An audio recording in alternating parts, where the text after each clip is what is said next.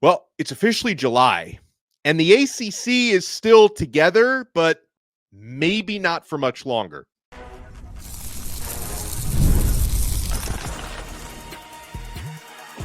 You are Locked On ACC, your daily podcast on the Atlantic Coast Conference. Part of the Locked On Podcast Network, your team every day. And by the way, the ACC is officially expanded. On this episode, we will talk about the 3 new members. We're going to talk about some of the rumors that are still out there circulating with conference realignment. And thank you so much to the everydayers for making Locked On ACC your first listen and your first watch today. We're available free wherever you get your podcasts. We're free on YouTube. We're part of the Locked On Podcast Network, your team every day. Today's episode is brought to you by FanDuel. Make every moment more. As playoffs wind down, the sports stop sporting like we want them to. But this summer, FanDuel is hooking up all customers with a boost or a bonus daily. That's right. There's something for everyone every day, all summer long. Visit FanDuel.com/lockedon to get started. Now, remember, something we've talked about a lot, Kenton and I, here on Locked On ACC, was that prediction, which gained a lot of traction on social media months ago, that the ACC would completely implode by June 30th of 2024. Well, Kenton, it's now July 2nd, 2024. At least for now, we still have a conference. How are you? Let me tell you something. I'm great as always, Donno. I got my henny hen for the winning win, baby. This is the sweet taste of being right. Let me get that down. Because, when we said it, we were madmen. We were Utah fans. We were deniers of reality that this conference was going to be over and that Florida State and Clemson had played their last game here. And by the way, I don't want to hear anybody coming into the comments today saying, oh, well, I never said that. It's not for you. You can go back to our comments when we originally said there's no way that the conference implodes by July 1st. Go talk to those friends. Go talk to them because they called us everything but children of God, Donno. They did. They surely did. And we got receipts. Donno's a better man than me because I wanted to go one by one for every one of y'all. Donno said that would take up too much of the show. So with that in mind, for those who did say that, for those who were so adamant, hey, y'all team said you said your team was leaving, and looks like you're still right here with us. Looks like the ACC is still alive to fight another day.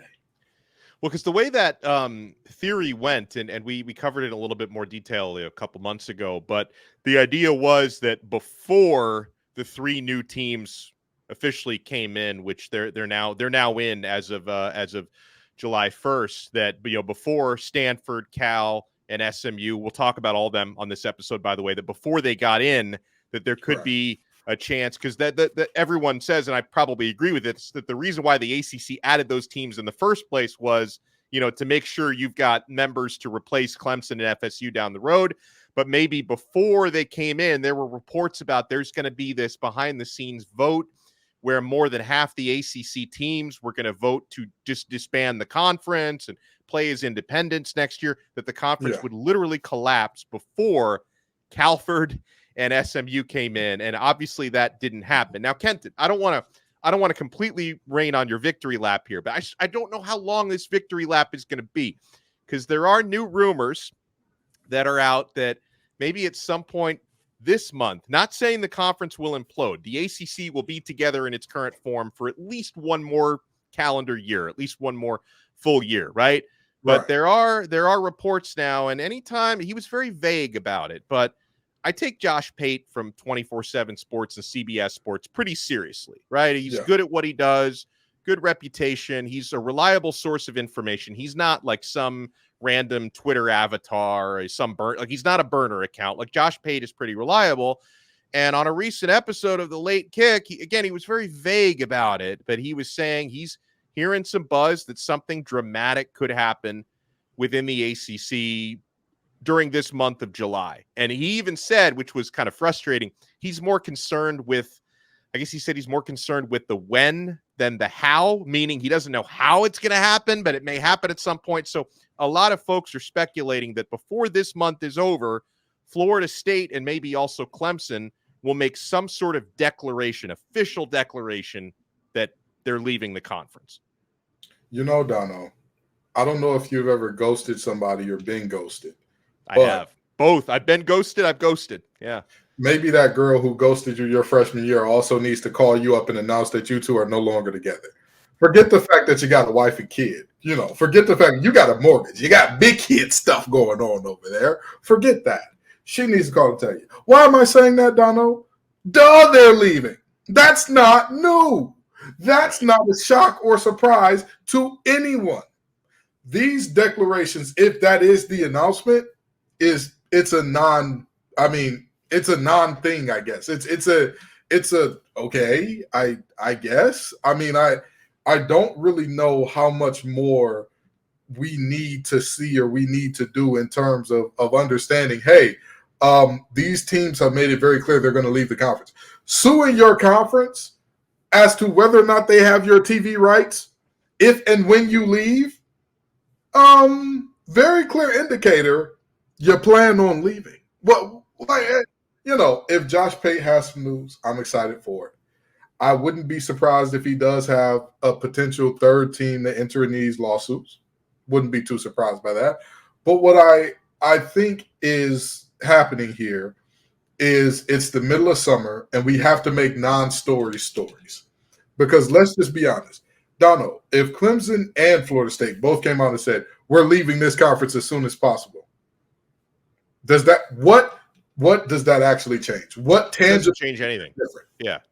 It doesn't change a single thing. And I'm so glad you brought that up because, obviously, because at this point, yes, the board of, I'm not sure who the plaintiff exactly is for Clemson, but for Florida State, it's the board of trustees that's suing the ACC. I would assume it's probably the same thing for Clemson. So like the actual administration of those schools has not made any official declaration. Right. We're out. Like we're missing that. But if that were to come, Kenton, you raise a great point. I don't imagine that outside of just like making it really official that, hey, we're getting our butts out of here as soon as we can. I don't know what that really changes in terms of the timeline. Okay. Because you still, we're not, unless some magical settlement happens in the middle of this month, we're still not there yet in terms of a settlement. And also, if they do officially announce that they're leaving, they definitely can't say where they're going. Because if they were to come out and say, oh, by the way, we've got a bid to the Big Ten, like a lot of people say, which could very well be true behind the scenes, but they can't come out and say, oh, we're going to the Big Ten. Because if they come out and say that, that's very clear tampering. I mean, we can argue about how ironclad or not ironclad the grant of rights is, but I can definitely tell you if they come out and say we have officially accepted a bid to join the Big Ten or the SEC, that's definitely tampering. There's no black and white. It's all black and white. There's no shades of gray with that. Well, that is, as we are seeing with these current cases, apparently there's shades of gray with everything. But again, I want to reiterate one final time because I know that there's going to be some very smart person in our comments saying, oh, Kenton's celebrating a dying conference. I am specifically celebrating that Donno and I told people the reason that we got the Henny for the win is specifically because we said July 1st, this conference will still exist. Now, if we are talking about the different conversation of how soon these teams leave, that's a different conversation. And I have never said I'm 100% sure it's going to shake out this way or that way. I did say I was 100% sure the conference wasn't going to collapse by July 1st. I did say that, and I own that. I stand on that. I stand by that. I support that all day long, which, look at that. We're past the date, and the conference has not collapsed yet. But as far as the cases going on and what ends up being the situation, how soon these teams leave, I have a suspicion, I have an inkling. As we get closer to those dates, I will gain more confidence or less confidence, depending on how the cases are going. But again, this to me, with all due respect to Pate, with all due respect to a lot of people, including our listeners, because let me make this clear. Just because I make fun of you for being wrong doesn't mean I don't respect and like you. I make fun of my brothers for being wrong, my blood brother and my frat brothers. I make fun of them for being loud and wrong when they're that way, and they do the same to me. But please know that this is not a love lost or Donno and I hate you thing. This is a people said specifically your conference was going to implode before July, And lo and behold, looks like the fireworks are going to go off before the conference. That's so interesting. Well, and I'm going to be seeing you. We'll finally get to do some shows in person at the end of July because we're going to be at the ACC Media Days. So now, will Florida State and Clemson still be in the conference when we do those shows? I have a very sneaky suspicion the answer is yes. Right. Well, and it's going to be like the ACC spring meetings going back a couple months ago, where obviously they don't want to be there, but they've got to show up, and the ACC is going to have to pretend, we still love you. Like they're going to have to pretend they love each other. So it's it's an ugly situation. This is a nasty divorce, but like I said, this is what do you expect, right? We have seen this type of deal happen anytime you're looking at two teams that were going to have to pay $500 million. What do you expect to go down in $1 billion three-way divorce? What do you expect, right? Like there's going to be mudslinging. There's going to be, you did this wrong. You did this wrong. You didn't abide by these rules. You were tampered with by this kind of, that's the nature of the beast. But again, I am looking at this thing as objectively as possible. And I'm not seeing a path to where anybody is officially leaving before the end of this month. May there be an announcement? Sure. May there be a new lawsuit? Sure, possibly. Is there a definitive, hey, we have played our last game as a member of the ACC? Absolutely not. So again, more on the reports, rumors, and speculation of what Florida State may or may not do this month. Somebody did throw out a potential date. I want to run that one by Kenton. And hey, the ACC, people were talking about losing teams. They've gained 3 schools within the past 24 hours. So the conference is getting bigger before it gets smaller. So we'll talk about the new members and who brings what to the table. Folks, you want to keep it locked right here. We're only getting started on this brand new episode of Locked On ACC. We're only getting started on FanDuel. I know the sports are not sportsing the way you'd like them to in July because the NBA playoffs just wrapped up, the Stanley Cup finals. Congratulations to my Florida Panthers for getting it done. I'm still celebrating for the past week since they got that done. But guys, I'm placing wagers on international soccer, UFC fights. There's still a ton going on. And guys, sports, they may not be sportsing as much as you like them to, but FanDuel lets me keep the sports going whenever I want. All I have to do is open the app and dream up bets anytime I'm in the mood.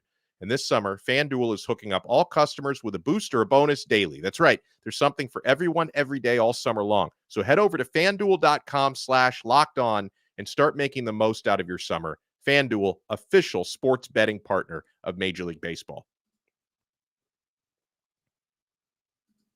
Thank you so much for making this episode of Locked On ACC your first listen and your first watch today.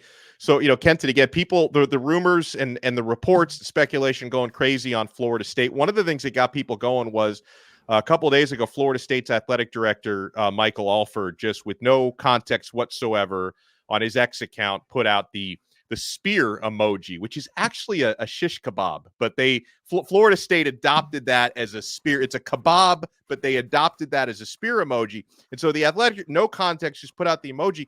I don't exactly know what he was referring to. Maybe he is referring to some, big milestone that gets them closer to leaving the ACC, but apparently Florida State that day had agreed to a contract extension with their baseball coach, who's really good at his job. So that's good on them.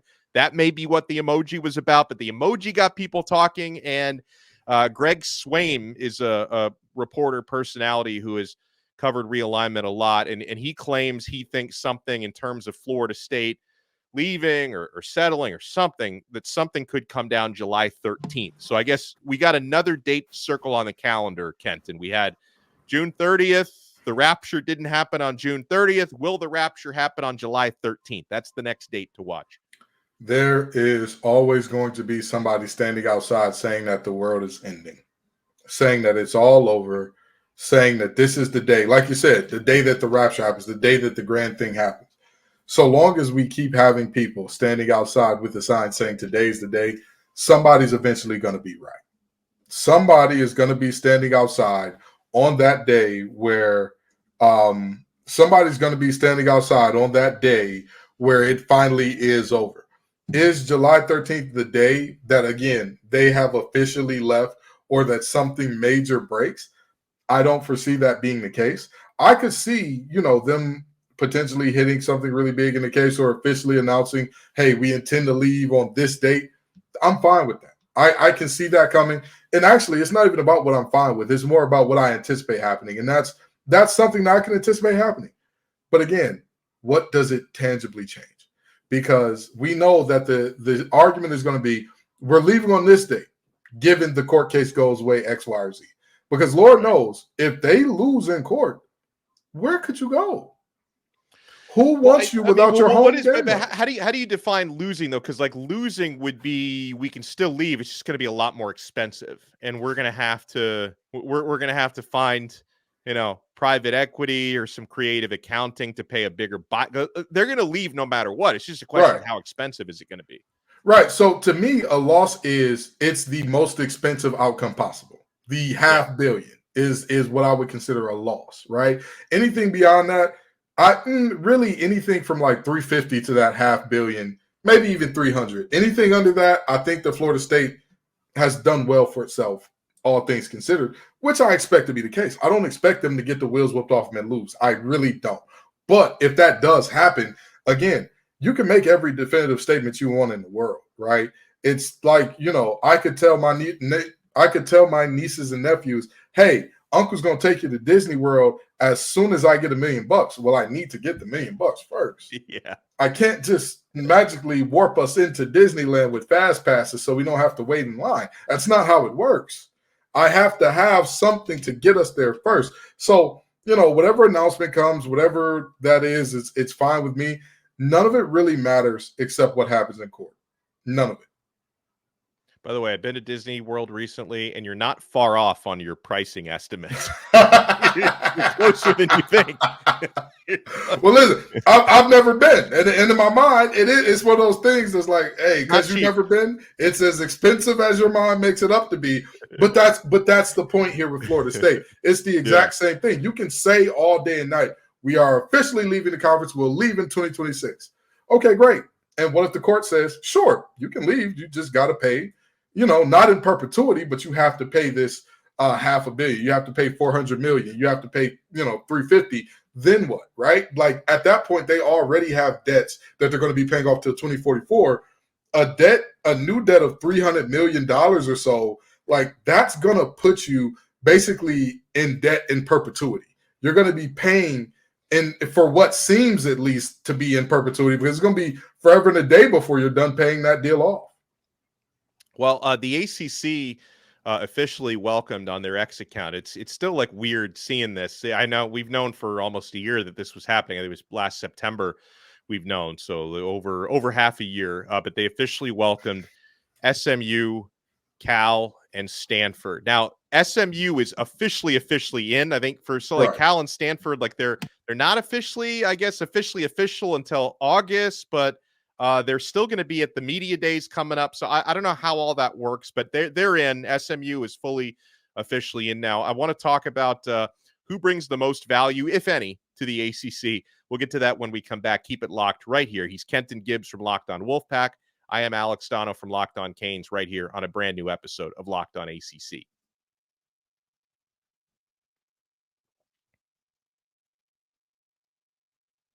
We love this Locked On network, and Locked On has launched the first ever national sports 24/7 streaming channel on YouTube. Now it's also available on Amazon Fire TV and the free Fire TV channels app. Locked On Sports Today is here for you 24/7, covering the top sports stories of the day with the local experts of Locked On, plus our national shows covering every league. Find Locked On Sports Today now available on the free Fire TV channels app. So, a lot of people will quickly jump to saying SMU brings the most value to the conference, and maybe they're right, but I don't know, man. I think there's definitely some recency bias with Cal and Stanford, like recency bias in the negative, because Stanford, for example, on all sports, they have more national championships than any other program in the country. So there's history there. Cal and Stanford, of course, have history with one another. We get to see their rivalry play out annually under the ACC's conference banner. And Cal, the band will not be on the field going forward. Right. The band Maybe they stay will off the field. Yeah, so Stanford has a rich history. Like, it wasn't that long ago they had a pretty good team. I mean, Jim Harbaugh was there before he went to the NFL, came back to Michigan, and they had some good records even for a few years after Harbaugh. Cal, Aaron Rodgers went to Cal. They've got history there. Marshawn Lynch, Cal, Deshaun Jackson, yeah, plenty Marshawn of Lynch, really good yeah. players. Yeah. And Cal has a gigantic enrollment of 42,000 students. The other schools are smaller, but then obviously SMU, they've got their history, including their checkered history, but recent history just crushed it in the AAC last year. Double-digit wins, conference championship. It's a program that's on the rise. And as we talked about, what was it, last week, 2 weeks ago, Kenton, we covered all the money that they've raised for athletics within the past year. Like their boosters and their oil money is fully mobilized now. So is the easy answer, does SMU bring the most, or could you make an argument for Cal or Stanford? Donno, when I was learning how to do math, I would sometimes tell my mom, like, the answer can't be that easy. It can't be. I would often look at problems and say, Mom, this is supposed to be like ahead of my grade level. It can't be that easy. And she'd say, sometimes, son, the easiest answer is the right answer. And that's what I look at in this situation. SMU is clearly the most valuable because, like you and I have talked about a lot, realignment is definitely not driven by the country club sports, with all due respect to Stanford and all of their teams that do well in all of these different ways. It's no disrespect there. Cal's finances are just terrible. In terms of their athletic department, their finances are like so bad. I'm wondering how they're not coming in at a full rate and can still stomach it. I'm very confused by that. Don't you kind of feel like, from the ACC's point of view, it's like you married somebody and then you realize that their credit is like 300 and you're like, oh my God, like this is going to rub off on us as well. Yeah, and that's kind of how I feel about Cal. And then you're left with SMU as the obvious choice. Like you said, it's a program on the rise. Again, everybody knows, anybody who knows me knows I love Pony Excess. Shout out to Sherwood Blunt and Company. T-shirts on the way. But in all seriousness, that's the easy answer for a reason. If we're talking about what's driving realignment, what sport is that? Football. Football is king. That is what's bringing in the cash. Cash is king. So ipso facto, football is king. Who has the biggest or best fundraising efforts in football right now? SMU.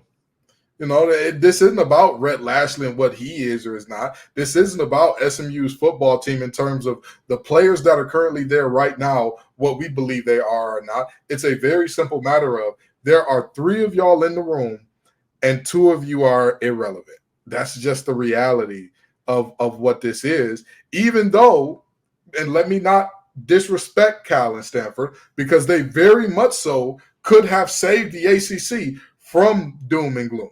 They very much so could have done that. I don't believe that was the case. Again, I believe that ESPN has such a sweetheart deal with the ACC to where they have you over the coals. Why would they get rid of you? Why? It literally just doesn't make sense. But if ESPN were to do that, you're looking at a situation where the additions of these teams saved the ACC from that fate. So this is no disrespect to any of those teams. But if I have to say who's the prettiest girl at the ball, it's the dancing beauty out of Dallas right now, SMU. Yeah.